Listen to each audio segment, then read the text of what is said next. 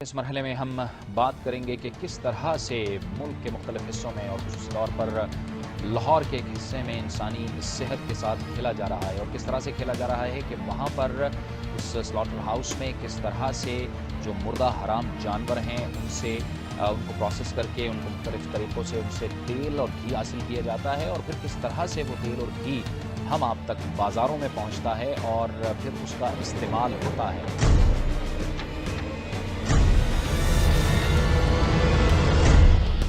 बकरी और गाय तो एक जगह, अगर आपका कुत्ता या गधा भी मर जाता है तो इसे फजूल मत समझें, बल्कि इसके मुर्दा जिस्म से भी पैसे कमाएं।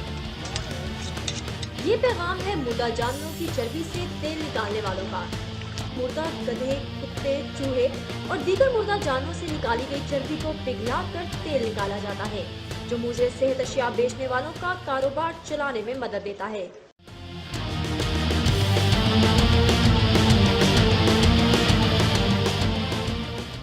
मीरपुर खास शहर में मौजूद हूँ। इस शहर में एक ऐसी जगह है जहाँ पर कुत्ते काट कर उनका गोश्त जो है वो फरोख्त किया जाता है।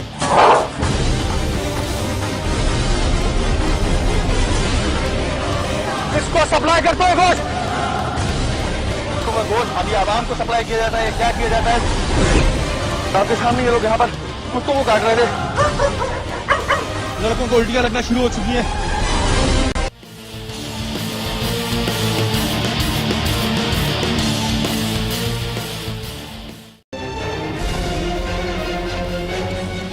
क्या कर रहे हैं आप? ये आप देख नहीं रहे, दबा कर रहे हैं। गधे को ज़िबा कर रहे हैं? हाँ जी, क्यों?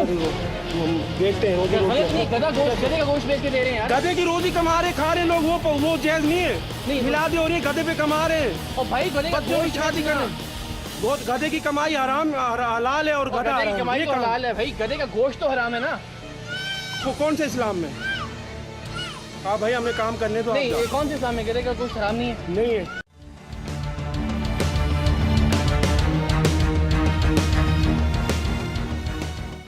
मुर्गियों का गोश्त शौक से खाने वाले अफराद खुसूसन ओकाड़ा के रिहायशी रहें खबरदार, क्योंकि वहां सरगर्म है मुर्दा मुर्गियों की फरोख्त का कारोबार। तफसीलात इस रिपोर्ट में। जब मुर्दा मुर्गियों को फरोख्त करने की इत्तला मिली ओकाड़ा के मकामी थाने के इंस्पेक्टर SHO मलिक तारिक को कि मंडी रोड पर वाक़ दुकान से हो रही हैं मुर्दा मुर्गियां फरोख्त, पुलिस के फौरी छापे से सब हो गया साबित और दुकान से सैकड़ों मुर्दा और खाल उतरी मुर्गियां हुई बरामद। आज सुबह इतला मौसूल हुई कि महबूब आलम चौक में नज़ीरुल अफ़गानी की दुकान पे मुर्दा मुर्गियां फरोख्त हो रही हैं। इस इतला पर डॉक्टर साहब को संभला लिया गया। डॉक्टर शबीर साहब साथ गए, वहाँ पे चेक किया, मुर्दा मुर्गियां ही पाई गई जहाँ पे जिनको गोश्त तैयार करके अभी फरोख्त किया जा रहा है। पेशावर में जिला इंतजामिया के एहलकारों ने पुलिस के हमरा का सदर रोड पर सुजुकी पिकअप को रोका, जिसमें सैकड़ों मुर्दार मुर्गियां लदी हुई थी। मुर्गियां तकबाई से पेशावर लाई जा रही थी। सैकड़ों तादाद में ये मुर्गियां पड़ी हैं जो कि मुर्दार है और मुख्तलिफ होटलों में ये पहुंचाई जा रही है। डिप्टी कमिश्नर पेशावर सैयद जहरुल इस्लाम के मुताबिक पकड़ी जाने वाली मुर्दा मुर्गियों की तादाद 900 के करीब थी, जो मुख्तलिफ होटलों और रेस्तरानों को सप्लाई की जानी थी। जिला इंतजामिया ने मुर्दार मुर्गियां खरीदने वाले होटलों के खिलाफ भी कार्रवाई का फैसला किया है।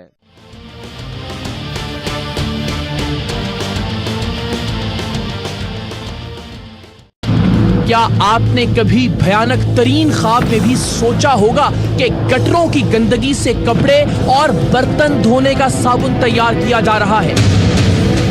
बर्तन धोने की साबुन जो है तो कपड़े धोने का साबुन, ये उसमें मिलावट होती है। पाकिस्तान में 1 नंबर चीज कभी मिली है। गटर की चिकनाहट से साबुन बन रहा है यहाँ पे? नहीं, पहले बना रहे थे, अभी नहीं बना रहे।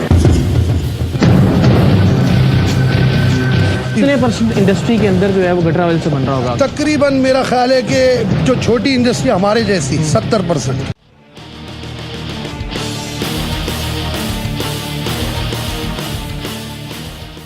ताज़ाबाद के इलाके में अकरम अंसारी नामी शख्स ने मुबैना तौर पर जाली यूनानी एलोपैथिक अद्वियात बनाने की फैक्ट्री लगा रखी थी। इस पर छापा मारा गया तो फैक्ट्री में सिरप और मुख्तलिफ अद्वियात तैयार की जा रही थी। पुलिस ने वहां काम करने वाले 7 मुलाजमीन, मैनेजर और फैक्ट्री मालिक के बेटे काशिफ को गिरफ्तार कर लिया है। पुलिस के मुताबिक मुलजिमान ने 20 साल से जाली अद्विया बनाने की फैक्ट्री कायम कर रखी थी और वो 84 मुख्तलिफ अकसाम की अद्वियात 3 मुख्तलिफ कंपनियों के नाम से तैयार कर रहे थे। महकमा सेहत की टीमों ने अद्वियात के सैंपल लेकर लेबॉर्ट्री भिजवा दिए, जबकि पुलिस ने फैक्ट्री को सील कर दिया है।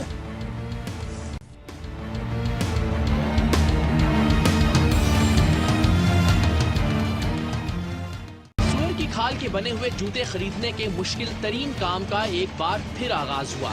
अपनी रिसर्च, बरतानवी खातून की भेजी हुई मेल और चमड़े के माहिरीन की हिदायत की रोशनी में हमने तारिक रोड के बड़े शू स्टोर से मुख्तलिफ जूते खरीदे और एक बार फिर इन्हें टेस्टिंग के लिए leather research centre of Pakistan भिजवा दिया। इस बार 3 जूतों में सुअर की खाल की मौजूदगी का इंकिशाफ हुआ, सो हमने एक एक करके तीनों दुकानों पर जाने और इन जूतों की निशानदही का फैसला किया।